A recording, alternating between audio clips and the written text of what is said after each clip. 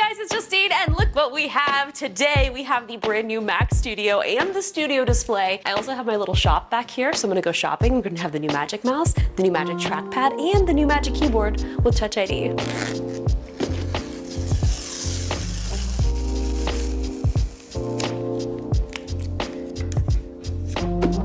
Oh my goodness, here you are, little friend.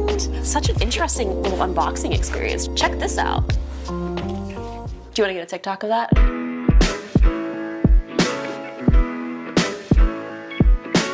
Look at this. Wow. Okay, so I actually thought it was going to be heavier than it is. The Ultra version of the Mac Studio is actually 2 pounds heavier to accommodate for different cooling factors, which is kind of interesting. And because I read that, I actually thought this was going to be heavier. So all things considered, it's not that heavy at all. We also have our charging cable, which is a nice braided black cable. Got some paperwork here, which I think that we have Apple stickers.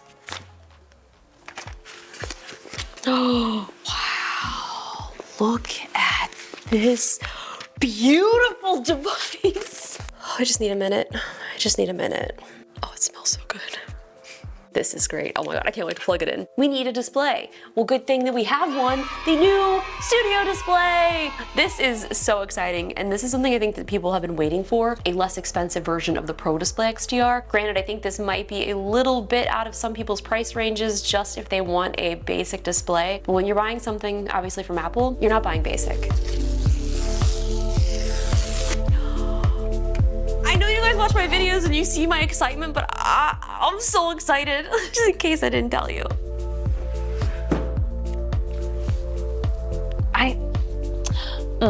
It's upside down. Wait a minute. This is the bottom. Oh, you know why? Because you're supposed to lay it down. This is how you're supposed to open it.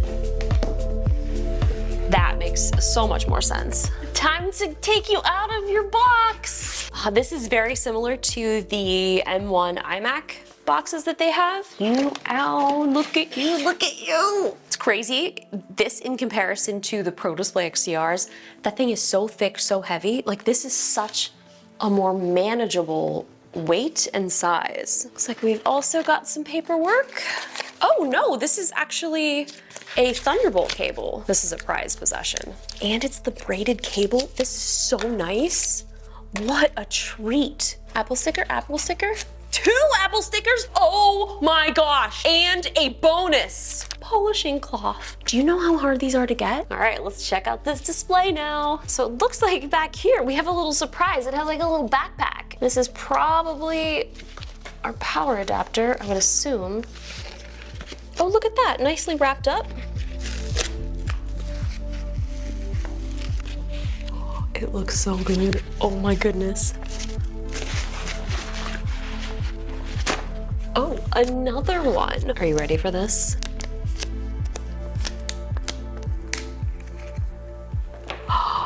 This is the nano texture display as well. This looks so good. It smells good as well. This is awesome. Do a little spin for us. Time to set them up.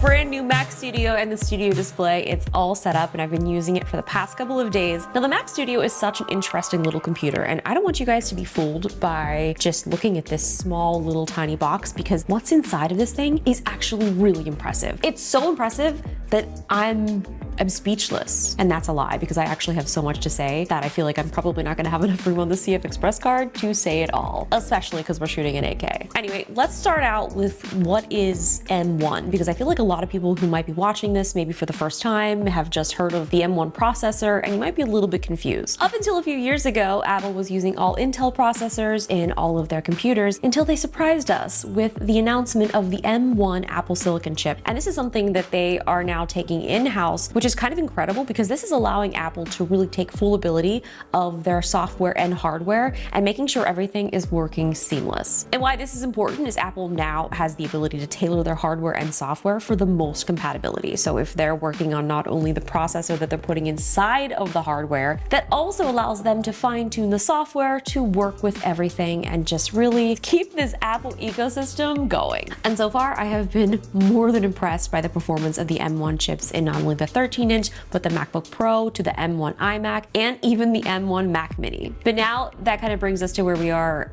currently, where we have this little box right here that has an M1 Ultra chip. Now this is actually two M1 Max chips put together. So this was kind of a surprise in the latest announcement because they were like, oh, hey, by the way, there's something that we didn't tell you about that last M1 chip that we released. We're adding one last chip to the M1 family, and it's gonna blow your mind. The M1 Max? Oh yeah, we can actually put those both together so that they can simultaneously act as one. There's actually two versions of the Mac Studio. The first one has the M1 Max chip, and that's starting at $19.99 with 10-core CPU, 24-core GPU, which you can upgrade to 32, 16-core neural engine, 400 gigabytes a second memory bandwidth, and up to 64 gigs of RAM. And that brings us to the device that I've been testing out with the M1 Ultra chip, and this is starting at $39.99. And with those two M1 Max chips connected together, they're calling that the Ultra Fusion architecture. So this has a 20-core CPU, a 48-core GPU, which can be upgraded to 64-core,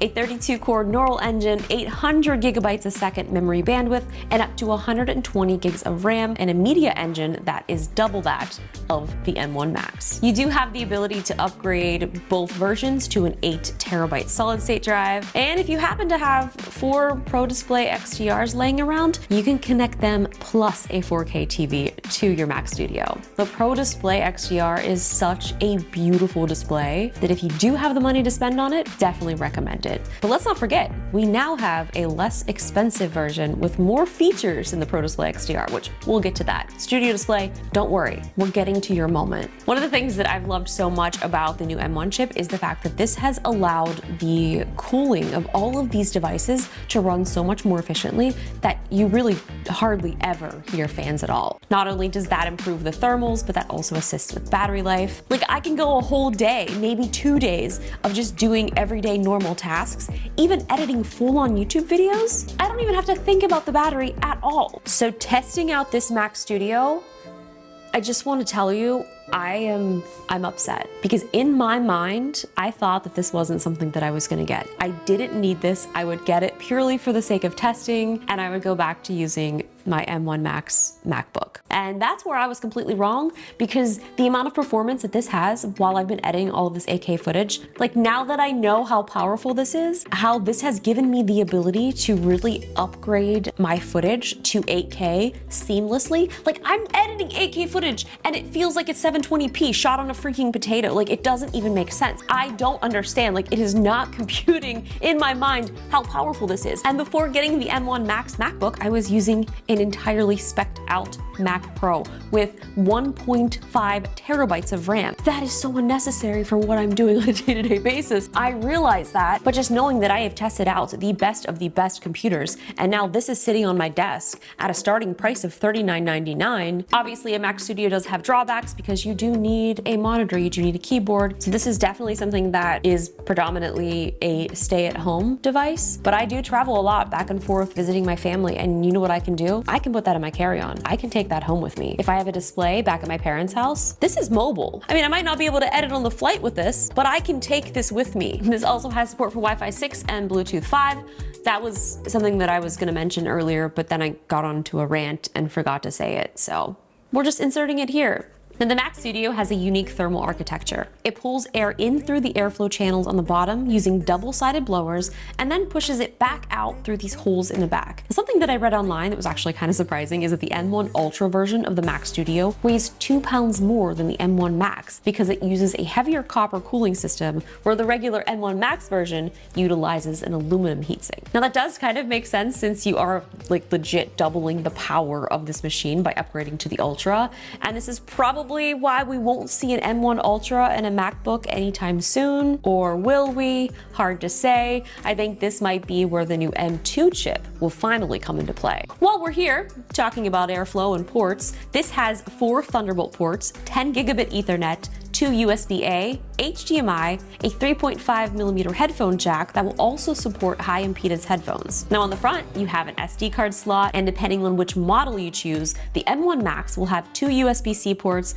and the M1 Ultra will have 2 Thunderbolt 4 ports. So we've been talking a lot about the Mac Studio. We need a display to go with it. And now, connected to the Mac Studio is this beautiful studio display. This is a 27-inch 5K Retina screen with a built-in camera, speakers, and microphone. Now, at the time of recording this, I've actually edited the last 3 videos, including the one that you're watching right now on the Mac Studio, using only the Studio Display speakers as my main audio output. And I haven't even thought twice about needing headphones or any additional speakers. Like, I'm super impressed. I have also done a bunch of conference calls, and with supported conferencing platforms like WebEx, Zoom, and FaceTime, you're able to take full advantage of Center Stage. This camera is the same one that is in the iPad Pros and the new iPad Air. This display actually has an A13 Bionic chip, which also allows for spatial audio, the Center Stage feature, and Hey Siri. Now, on the back, it has 3 USB-C ports and 1 Thunderbolt that will also charge compatible MacBooks,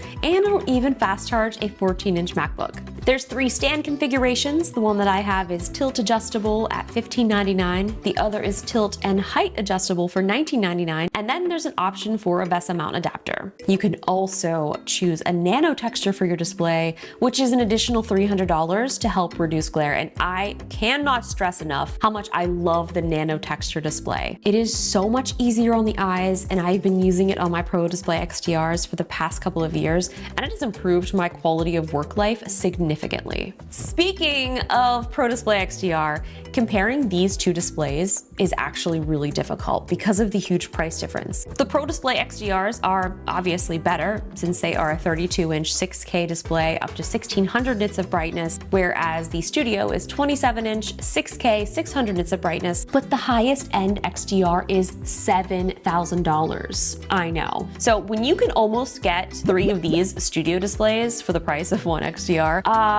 So to tie our entire machine together, we also have one of the new keyboards. This keyboard actually has the Touch ID right here integrated into the keyboard, and this was first introduced in the M1 iMacs, so I'm super excited to see it now available for order in full size with the number pad. Overall, I have been having such an incredible experience on this Mac Studio, and this is the M1 Ultra with 128 gigs of RAM with 2 terabyte solid state drive. Now, I normally almost always edit off of external OWC drives, and this is actually a 16 terabyte SSD RAID. So this is the moment that I've been waiting for. I get to show you guys what I've been working on. So this is the iPad video. Some of you may have seen it, some of you may have not, but if you haven't already, I'll put a link in the description so you can watch the full thing. All shot 8K on the Sony A1s. I love looking at other people's Final Cut timelines, so here's mine. This is also running a beta version of Final Cut, which is kind of exciting because you might notice these little lines right here. That is showing duplicate footage in Final Cut, which is something that will be coming out very soon. I'm just gonna drop in this multi-cam timeline. And what I love about this is when you have one of these timelines, you can actually see all of your angles over here. So we only have 2 angles. And this is also kind of processor intensive, being able to play back 2 streams of 8K in multicam and see them all at the same time. And why I love multicam is I can just go 1, 2, 1, 2, 1, 2, 1, 2, 1, 2, 1. Look at this. I mean, we're multicam switching between these 2 8K clips. Love it. Do you remember how many was it? 18 or 16 streams of ProRes? 18! 18! The confirmation has been, it has been confirmed. 18 streams of 8K ProRes. So I have the entire project done. It definitely took longer than I thought it should, but this is all 8K footage and I have it all in this timeline right here. So you can see everything is nicely lined up, and I guess now we test it out. So this is all ProRes footage. Let's full screen this and see what happens.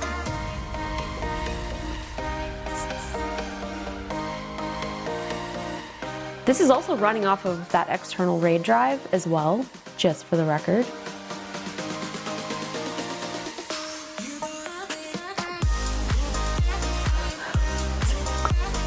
I can't believe this. Like, is this necessary? Do we need this?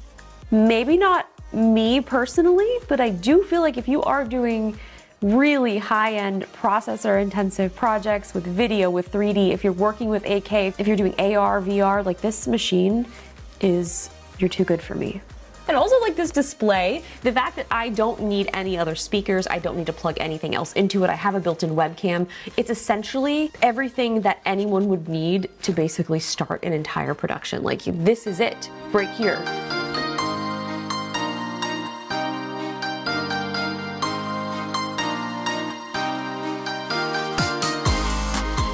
Now, as predominantly a Final Cut editor, that has pretty much what I have been testing out on here nonstop. Now, my friend Armando has been helping me shoot some videos recently, and he's actually a Premiere editor. So I had him bring a Premiere project today so that we can get a chance to test that out. So, Armando, let's see what you've got for us. Hey guys, my name is Armando, and I have a YouTube channel called Mondo Bytes, and sometimes I come here and help Justine shoot some videos, and she actually asked me to come in and help her film some of the new Mac Studio and also Studio Display videos for her, and at the same time do a little test because I am an Adobe Premiere Pro user. So typically whenever I get a brand new computer, I test out Premiere Pro running several projects that I've done in the past, and I have a couple of benchmarks, and this is one of my popular ones that I've actually done on multiple computers. For example, this project here on a Mac Pro will render it in 10 minutes and 6 seconds. Now this Mac Pro is upgraded and it'll run about $20,000.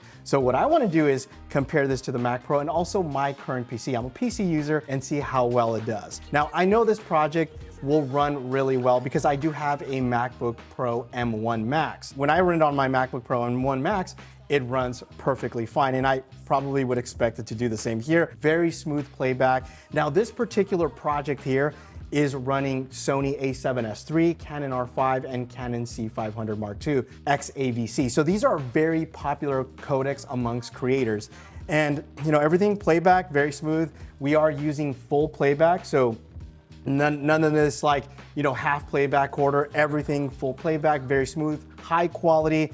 And I can't tell you, this display is very beautiful. Really digging it. But the question is, okay, we got the smooth playback, no complaints there. And I will say Adobe and Apple have been doing really good optimizing this software to run really good on these M1 chipsets. So now what we're gonna do is see how fast this renders it. So I do have, like I mentioned, I have a MacBook Pro M1 Max. And this particular project finished in 6 minutes and 39 seconds. So I'm very curious to see if this will cut it in half, because essentially this is like having two processors kind of joined together. So what I'm gonna do here is I'm gonna bring my stopwatch and then I'm gonna render this like I normally would for a YouTube video, which I just go to export here and I just use the default YouTube preset, which is just 2160p. So I'm gonna go ahead and hit export and start, and then here we go, off to the races. It's begun. Now we're gonna see how fast this render time is. So I'm gonna have this little stopwatch here, I'm gonna leave it here. And right now, I can tell you, based on our current time and also the time that's estimated, should essentially do it in under 4 minutes, which is crazy to think because Apple stated that this isn't their Pro machine. Wow, this is insane. Oh my gosh. It's at minute 30. Look, this is great. You're gonna make me spend some money here. My MacBook Pro did it in, which is already very fast. Now keep in mind, that's a laptop. This is more of a desktop, but I mean, you're basically doubling the chipset. So it's like you're getting the M1 Ultra, which is 2 M1 Maxes. So in theory, it should basically do it in half the time. So far, we are currently at 2 minutes and 10 seconds, and we are already at 65%. So this could even beat my current PC which I love. This is I'm nervous. crazy. I don't know why I'm nervous because it's already beat the time. I think that it we will. got Yeah, I think it'll definitely be under 4 minutes, which is very impressive. Also, you have, I have Photoshop, Logic, and Final Cut open, and wait, music. I've got notes open. Let's just show people this Oh my while it's God. rendering, because there's still time there. Do you have a Final Cut project that you're working on opened Yeah. up? I'm gonna minimize this. There's Photoshop. So there's stuff happening in the background. We are at 3 minutes, about under 30 seconds left. Oh So my this could gosh. finish it in about 3 minutes and 30 seconds. Again, background projects still rendering, and I'm sipping my tea. yeah, we're gonna go ahead and stop this very soon here. Oh my gosh, it's even Oh my going God, it's faster. going Yeah. There it goes. 5, 4, 3, 2, 1. Okay, and as soon as that thing clears, which technically means it's done, boom. 3 minutes, 31 seconds. And you even swapped over to like Final Cut and brought that up too. So I it's did. Like, that's pretty impressive. Like the fact that that stuff is still open. By the way, this is an 11-minute, 39-second project. For those of you that think that Adobe Premiere isn't optimized for Apple computers, you are completely wrong. 11-minute, 39-second project renders in 3 minutes, 31 seconds, and we're talking 4K. This is incredible. I just love that you have, this is like your benchmark project. So It this is. isn't something that you've just run once or twice. No. Like you've done this so many times. So you have a ton of stats to back this up. This isn't even the pro. Yeah. What is pro? This is pro. Pro enough is gonna for be me. 1 minute. I can't even. I'm shook. I'm Well, shook. Thank you so much. If you're an Adobe Premiere Pro user, I will say you will have a blast editing because it is just buttery smooth and render times are incredible. Good job, Apple. You did an amazing job. Well, thank you guys so much for watching. I had so much fun getting a chance to check out the new Mac Studio and the Studio Display. I will be posting some follow-up videos.